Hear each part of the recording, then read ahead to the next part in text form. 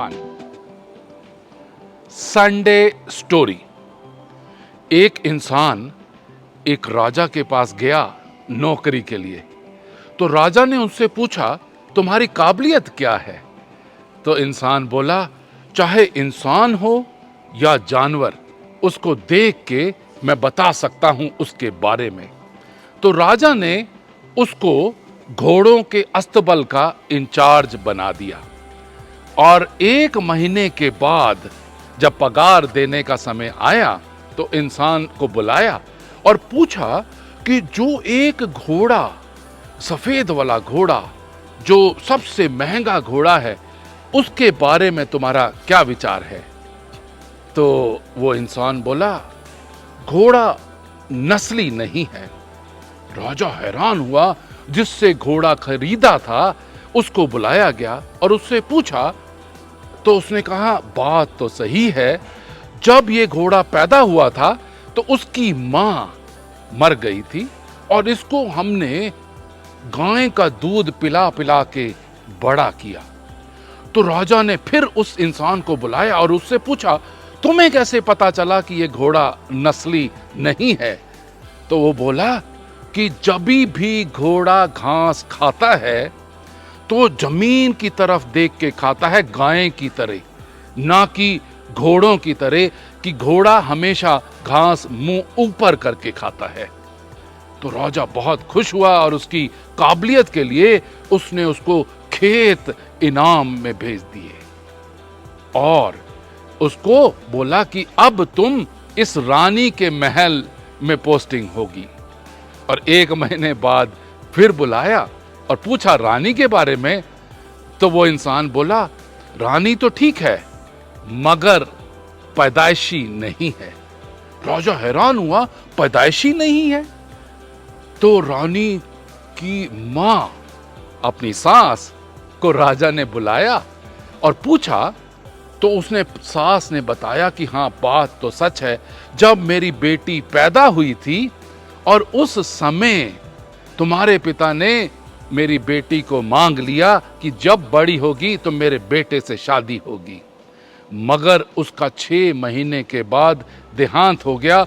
मगर क्योंकि हम वचन दे चुके थे इसलिए हमने एक बेटी को गोद लिया और बड़ा किया और ये वही रानी है।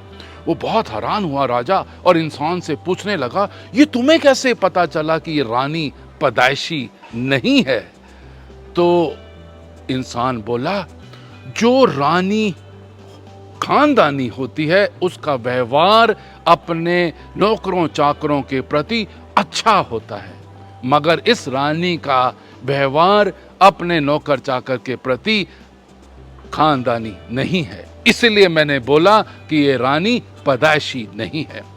तो राजा हैरान भी हुआ और खुश भी हुआ उसकी काबिलियत देखकर और उसने अनाज, दालें, सब्जियां उनके घर में भेज दी इनाम के तौर पे और उसको बोला कि अब तुम मेरे महल में 1 महीना पोस्टिंग करो।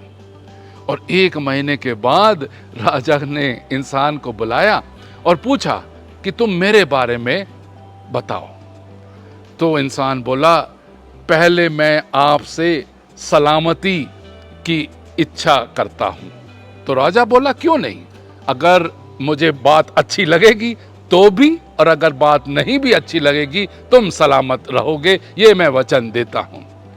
तो इंसान बोला कि आप राजा तो हैं पर वही जन्म से राजा नहीं हैं। तो राजा फिर हैरान हुआ और उसने अपनी मां को बुलाया और मां से पूछा, क्या बात है?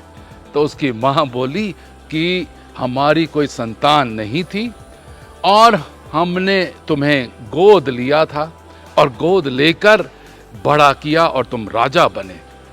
राजा ने फिर उसी इंसान को बुलाया और ये पूछा कि ऐसे कैसे हो गया कि तुम इतने सालों के बाद पहचान पाए कि मैं असली राजा नहीं हूं?